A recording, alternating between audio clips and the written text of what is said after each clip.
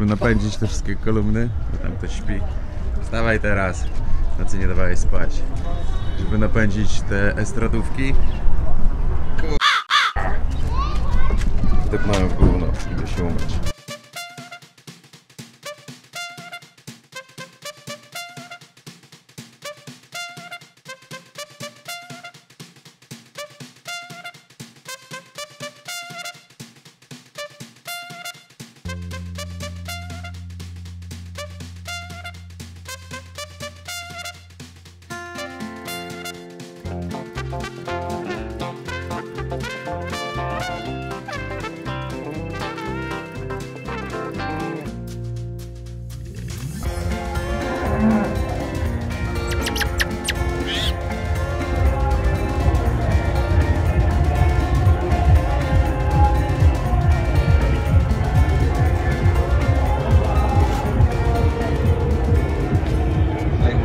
Zanim zjedzą, to bierze i powącha, zobaczy czy świeże i dopiero je.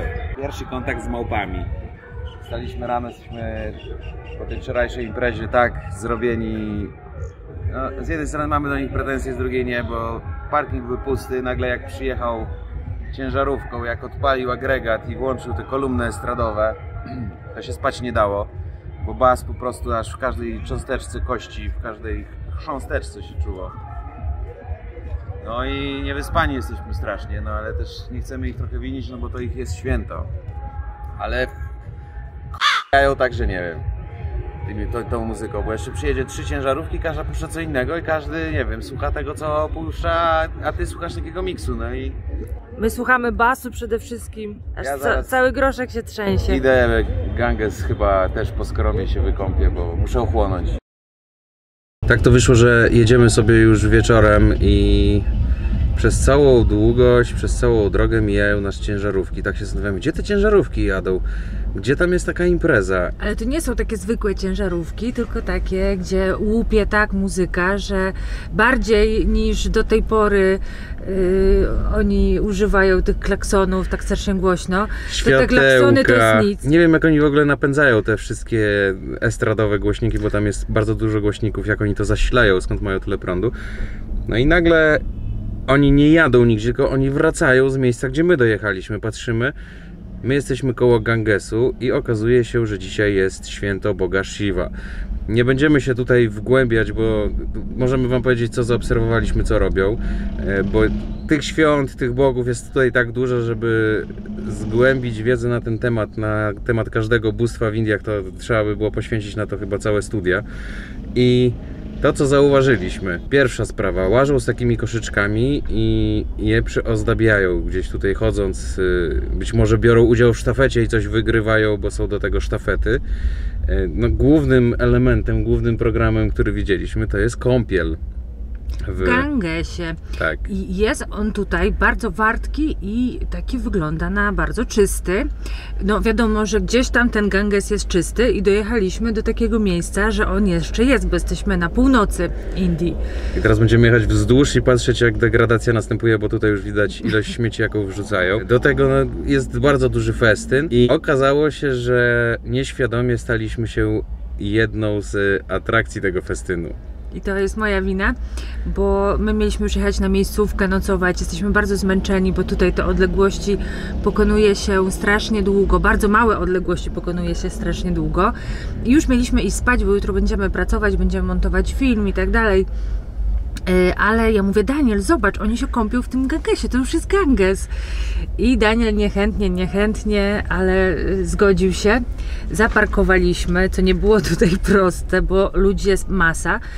I wygląda to tak, jakby połowa Indii się tutaj zjechała. To jest fakt. Bo w poprzednim odcinku widzieliście Sikhów, czyli tych gości w turbanach, a tutaj już jest zupełnie inny. Bóg Shiva.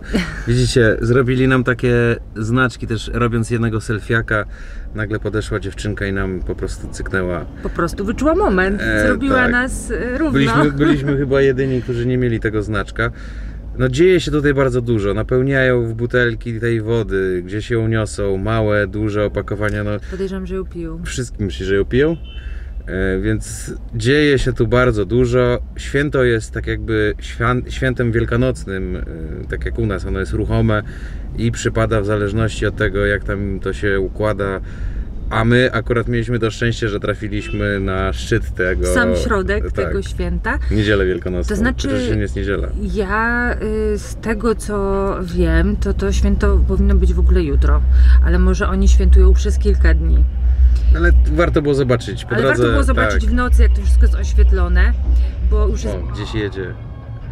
Jest bardzo późno, jest bardzo głośno W ogóle... i oni cały czas świętują, tańczą, bawią się, cieszą jeżdżą się. motorami. Zobaczcie 1:1, bo Indie to jest bardzo głośny kraj, więc teraz 1:1, jak to wygląda, z jakim hałasem trzeba się na ulicy zmierzyć. I to nie tylko chodzi o takie miejsca, tak jak teraz, jakieś święta, czy duże skupiska ludzi. Przepraszam. Ja myślę, że wrócę z Indii głucha.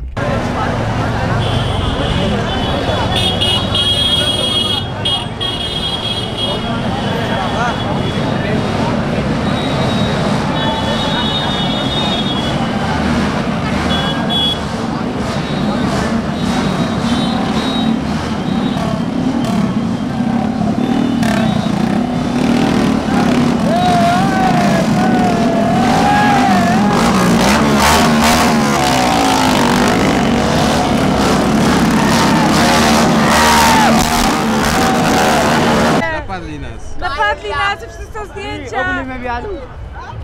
Zablokowali nas na moście. Nawet nie ma możliwości odmówić. Tam następni czekają już. Tam jest kolejka! Ratunku!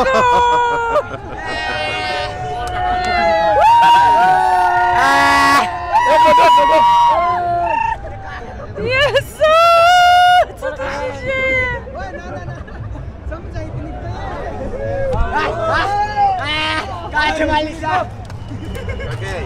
Thank you, bye!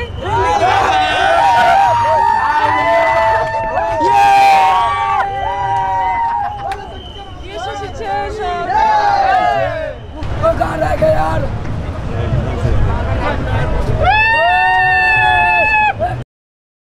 Przyszedłem nagrać sprawców naszej... Hello! I chcę wam pokazać, to nie był agregat, to jest kurde mały ciągnik. Serio. Żeby napędzić te wszystkie kolumny, bo tam ktoś śpi. Wstawaj teraz, nocy nie dawałeś spać. Żeby napędzić te estradówki. Wdepnąłem w gówno, idę się umyć. Żeby napędzić te estradówki, to właśnie dużo prądu jest potrzebne. Tutaj na tym parkingu syp jest niemiłosierny właśnie. Wdepnąłem w shita, kurde, i muszę się umyć. Tak to jest, Daniela gdzieś samego puścić. Rano, człowiek niewyspany. Ale mówiłem, że prysznic się przyda.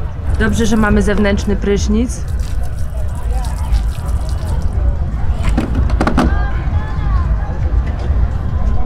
Proszę się cieszy.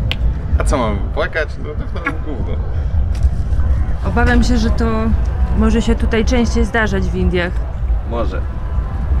Krowy są tutaj szczególnie chronione. Musisz uważać. Co tam? Co byś chciała? A co masz? A co masz? O, Daniel, ratunku! co on się nie zrobił? Dopiero umyłam szybę. Asiu, zamknij. O! Teraz ci nie wywrócą. Może najpierw trzeba było tego klapka umyć.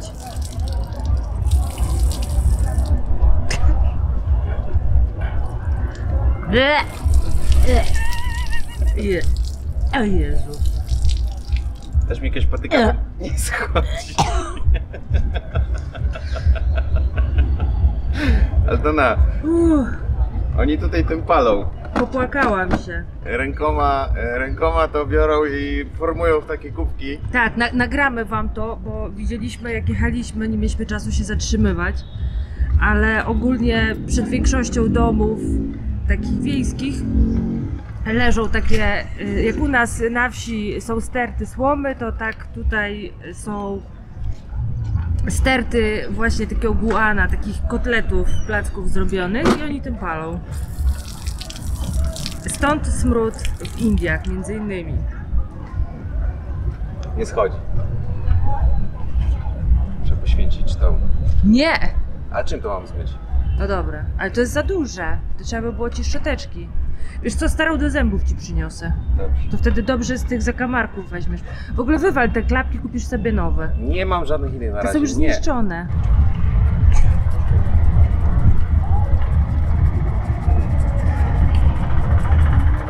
Dobra, już tego nie nagrywaj całego jak... Nie, niech się wszyscy z ciebie pośmieją. Muszę chodzić w pełnych butach. No, jeszcze teraz da radę. Jest w tej chwili w dzień. Wczoraj było 31 stopni. No, w nocy było z 18. Ale jak będzie 40 w dzień i 20 w nocy, to nie wiem, jak ty będziesz chodził w tym. Musisz sandały kupić. Tak. Wiecie, że Daniel nigdy w życiu nie miał sandałów? Chyba nawet jak był dzieckiem, to nie miał. A tego to nie wiem, może mama mnie ubierała, ale tak, w dorosłym życiu nigdy nie miałem. Nie lubię. Zawsze się kłóci na te sandały. Dla mnie to jest nie do pojęcia, jak w upał chodzić w zabudowanych butach i jeszcze w skarpetach. Jeśbyś miała takie kostki jak ja, to byś zrozumiała. Zobaczcie, co tutaj się dzieje. Thank you.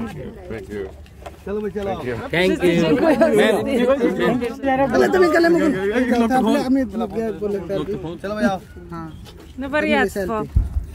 Wariactwo w dzień, wariactwo w nocy było.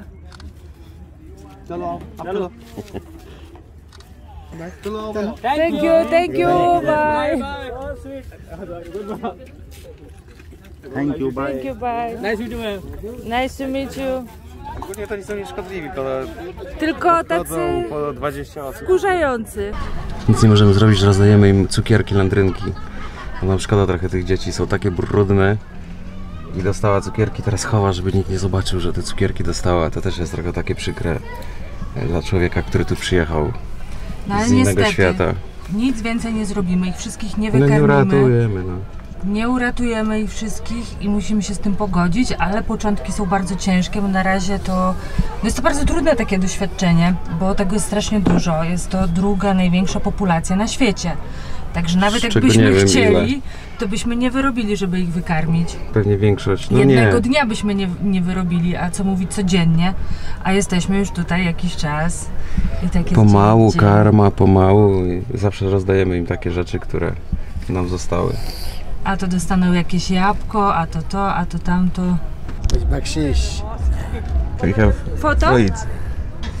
Chapati, bakshish. English. Bakshish. We don't speak. And rupees. Hindi. And rupees, bakshish. Ale gostyk wymalowany jest i przed jedzenie sępić. Stopy ma białe. Dedo chapati bhojan. We don't have, only fruits. Chapati. Teraz mamy tylko cukierki, bo sami musimy jechać do sklepu. Tak, właśnie szukam sklepu, a to też tutaj jest dosyć Bo skomplikowane. znaleźć tu wodę nawet do mycia jest bardzo ciężkie.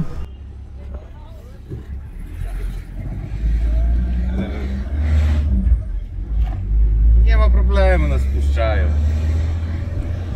Może tygrysy nas nie zjedzą, bo dzisiaj będziemy spać w rezerwacie tygrysa. Czego mają nas tygrysy zjeść? Ale tam było napisane bez S, czyli tak jakby jeden był tygrys. Może Oby. tylko jeden się ostał. To z jednym może damy sobie we dwoje radę. Z ciekawości przyjechaliśmy zobaczyć miejsce, w którym planowaliśmy spać i jeszcze bardziej nam jest przykro, bo jest szum Gangesu, jest dzikość, jest natura. Teraz dzień się trochę ludzie kręcą. No ale nie wpuściła nas policja. Wczoraj była, dziś już nie ma, więc tutaj jesteśmy. Jednak nie mamy zakupów, nie mamy wszystkiego zrobionego. Udało nam się znaleźć wodę, bo już myśleliśmy, że zgniemy. Pranie po indyjsku. My zatankowaliśmy wodę pod taką świątynią. Jest tutaj już ponad 30 stopni, także my się cały czas lepimy. W sumie od czasu Pakistanu mamy więcej niż zwykle się zdarza gdziekolwiek. Jesteśmy po prostu cali w takich białych kropeczkach, w tak zwanych potówkach. Tak, bo to Więc- jest pełno kurzu. Groszek, panele trzeba co drugi dzień. Panele, z nosa wyciągamy kurz kilka razy dziennie, uszy po prostu są takie czarne. Jest dużo tutaj tego i jest to pod tym względem higieny kraj bardzo wymagający, także bez wody to byśmy tutaj zginęli. Ale zrobimy zakupy i postaramy się tutaj wrócić i nawet jak policja zamknie wieczorem znowu tą drogę, bo dzisiaj jest drugi dzień święta, jeszcze dodatkowo jakieś dodatkowe święto. Więc wolimy tutaj dla pewności bez tych basów, bez tego wszystkiego spróbować przenocować, choć tutaj też są zagrożenia, bo tygrysy, słonie, małpy i kobry chyba wymieniane były. Kobry są wszędzie i tych kobry boimy się najbardziej się obawiamy, bo kobra indyjska jest najbardziej jadowitym wężem na świecie i ona jest bardzo agresywna, także jak my jej nie zauważymy i ona poczuje zagrożenie, to ona od razu ładuje i jest to... Ale to na mnie tak nastawia, że ja na teraz siedzę patrzeć, tak, jakaś nie idzie jak do cię nas. tak ugryzie porządnie, bo może niefartownie cię ugryźć. Albo cisza i spokój. Dasz mi powiedzieć, jak cię ugryzie niefartownie, to w ciągu 15 minut jest śmierć na miejscu. Jeżeli mniej tego jadu wpuści, Fartownie to ile jest? bardziej fartownie, no to masz ileś tam godzin, ale ciężko jest znaleźć pomoc w takich miejscach. A wyssać nie można, bo Trzeba się jakoś... wysysająca Ja czytałam o tym, że osoba też ginie. wysysać nie można. Trzeba jak najszybciej podać surowicę. I no naprawdę jest to takie największe niebezpieczeństwo moim zdaniem w Indiach, bo taki dziki kot to ci tak nie podejdzie. No sam z siebie. tak, dobrze, teraz wąż straszniejszy niż kot. Dobra, jedziemy na zakupy. W świecie, w którym dla człowieka wszystko jest nowe, nawet wyjazd na zakupy to jest atrakcja, bo tak jak teraz widzicie na przebitkach, trafiliśmy na wesele i ono jest też charakterystyczne, całkiem inne niż to, co my znamy. I teraz sobie tak myślimy, że w przypadku, kiedy ktoś ma wesele i przyjeżdża biały człowiek, który tutaj jest bardzo dużą atrakcją, to jest bardzo dobra wróżba. Z nade mnie jakieś pieniądze wyciągali i dawali panu młodemu, więc na pewno przynieśliśmy im szczęście. A nam... Tak nam się wydaje, że o to chodzi, że biały człowiek przynosi im szczęście, dlatego takie mają ciśnienie, żeby robić sobie z nami te zdjęcia. Dla nas jest to bardzo męczące, ale z drugiej strony dzięki temu, jak tak stoimy, możemy zaobserwować przeróżnych ludzi, którzy wyglądają no, zupełnie inaczej, są kolorowi, są bardzo ciekawi, fascynujący. I nie wiemy według jakiego obrządku w ogóle. Tak, to nawet nie Na wnikamy. razie, sorry, ale jeszcze tego nie ogarniamy, bo przemieszczamy się bardzo wolno, a w każdej innej miejscowości, wsi, do jakiej docieramy, są inni ludzie, co innego się dzieje i my już po prostu jesteśmy sami pogubieni. Wiemy, że jesteśmy na początku Gangesu, gdzie on jest jeszcze w miarę czysty i tylko tyle. I to, co jest ważne, to jest właśnie ta kwintesencja podróży karawaningowych, że jadąc sobie gdzieś do takiego nawet kraju jak ten, nikt się nie spodziewa, że nagle tu przyjedzie kamper, wysiądą z niego ludzie. Biali. Jeszcze do tego, no to w Indiach akurat i będą zainteresowani życiem, a kamper daje najlepiej możliwość tego, żeby poznać to życie od podszewki, bo jadąc nawet autokarem, to autokar by się nie zatrzymał na weselu, po prostu by przyjechał. A my mogliśmy sobie zadawać, że chwilę w tym weselu weźmiemy udział, co było i dla nas atrakcją, i dla nich, więc oprócz tego, że tak, potem nagle jest koło was 30 osób, jak nie więcej, i każdy chce zdjęcie, co przez cały dzień się nam zdarza non-stop, to dlatego Aldona mówi, że to jest męczące, ale z drugiej strony też ich rozumiemy, bo kilkanaście lat temu, jak przyjeżdżał ktoś ciemniejszy do Polski, to nie będę tu używał słów, które mogą powodować demonetyzację, to także wzbudzał takie poruszenie. No. Ale do tej pory tak jest. Mój sześniak mi opowiadał taką sytuację, że w bardzo małej miejscowości, koło której on mieszka, Polka wyszła za czarnoskórego, mieszkańca Afryki. I cała rodzina, ta afrykańska, jego, przyjechała do bardzo małej miejscowości i wszystkie gazety, to było ile? 2 lata temu? Pisały o tym, że Błażej imigranci z Afryki właśnie, że tak, przyjechali. co oni w ogóle tu robią? W gazetach pisali tych miejscowych. Tak. Ale co jest najważniejsze, to wielu Hindusów zna położenie Polski, wie gdzie jest Polska. Chyba to spowodowała też trochę sytuacja na Ukrainie, nie wiemy. Był ślub, a jest większa atrakcja, bo są biali ludzie. Pan młody się na nas obraził. Myślisz? Tak, pan młody zaczął od nas odciągać ludzi i tak pokazywać, że na ślub, idźcie na ślub. Thank you, we must go. Dobra, trzymaj kamerę. Bye. Cieszymy się, bo się wyspaliśmy w końcu. Zrobiliśmy to, co umiemy i lubimy najlepiej, czyli stanie na dziko, i mimo pierwszego takiego zagrożenia i myśli o tygrysach, to jednak rezerwat tygrysów to był bardzo dobry pomysł ze względu na to, że Tygrysy też lubią ciszę, tak jak my, dlatego było nam z tymi tygrysami bardzo, bardzo cicho.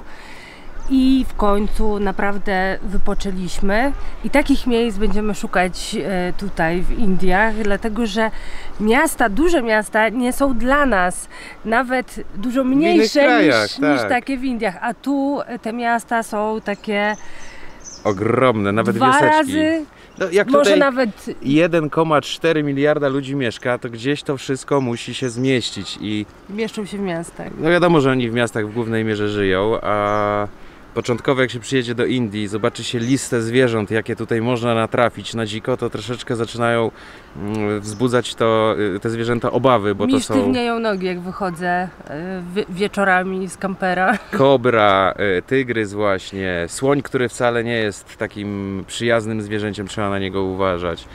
Do tego tysiące różnych gatunków owadów i pająków, które w każdej chwili mogą cię gdzieś dziabnąć, ale mimo wszystko warto spróbować Indii na dziko, bo to jest odpoczynek i cisza od tego gwaru, który nas czeka, ale nic nie trwa wiecznie. Teraz znowu ten gwar musi powrócić. Poza tym jest pięknie nad Gangesem, on jest fajne takie Bardzo. kaczki zupełnie inne niż u nas.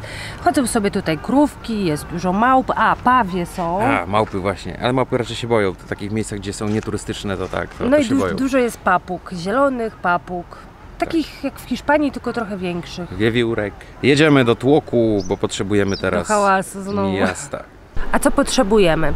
Przede wszystkim kończy nam się kawa w ziarnach i myśleliśmy, że skoro już jest w Pakistanie, wzięliśmy w sklepach, no to nie będziemy tego wieść, to już pewnie tutaj wszędzie będzie. Nie ma. Więc musimy znaleźć taki większy sklep w większej miejscowości. I jedzenie, bo my tego jedzenia trochę rozdajemy tym Hindusom, którzy proszą nas o pieniądze. To pieniędzy nie dajemy, bo nie lubimy dawać pieniędzy. Zasady. Taką mamy zasadę, ale jedzenie im dajemy, no i oni biorą. Także rozdaliśmy wszystko i ruszamy, żeby odnowić zapasy i coś zjeść, bo na razie indyjskie jedzenie jest smaczne, ale jest bardzo pikantne i mamy ochotę zjeść coś takiego swojego i w końcu coś ugotować w kamperze. Mamy? No dobra, ja mam, Daniel lubi ostre. Udało nam się zaopatrzyć na kilka dni, możemy spokojnie na dzikusa sobie stać i właśnie stoimy w takim pięknym miejscu, czyli w korycie rzeki, która w tym momencie, w okresie zimowym, kiedy się śnieg jeszcze nie rozpuszcza, jest wyschnięta, więc można sobie spokojnie stać, chociaż będziemy się przestawiać, za chwilę gdzieś pojedziemy sobie w górę, bo na wieczór zapowiadają jakąś burzę, więc nie wiem, jak tutaj ten poziom wody się podniesie, a widzicie, maska jest otwarta, więc będziemy coś modyfikować, coś, co w Indiach jest bardzo ważne i bez tego nie idzie przeżyć jadąc samochodem. Wyposażenie, które jest niezbędne w Indiach, to już widzicie, że to jest sygnał, to jest klakson. My w tym momencie mamy klakson z Peugeota 206, on był tylko zainstalowany po to, żeby przejść przegląd. Teraz zmodyfikujemy to na klakson Made in India, który jest bardzo głośny i kosztuje 590 rupii indyjskich. I jeśli chodzi o te klaksony, to one tutaj są niezbędne do tego, żeby na drodze być widocznym poprzez dźwięk. Nasi stali widzowie wiedzą, że wcześniej klakson był tutaj przy kole. Jeden odpadł nam w Rosji, w Irkucku. Potem, żeby właśnie przejść przegląd, już zamontowałem taki ostry, głośny klakson, ale jego umiejscowienie było dość niefortunne, bo tutaj cały brud z nadkola, cały piach, wszystko się dostawało, więc w ogóle zlikwidowałem to fabryczne mocowanie tego klaksonu i przyniosłem tam do środka, żeby dłużej on mógł przetrwać.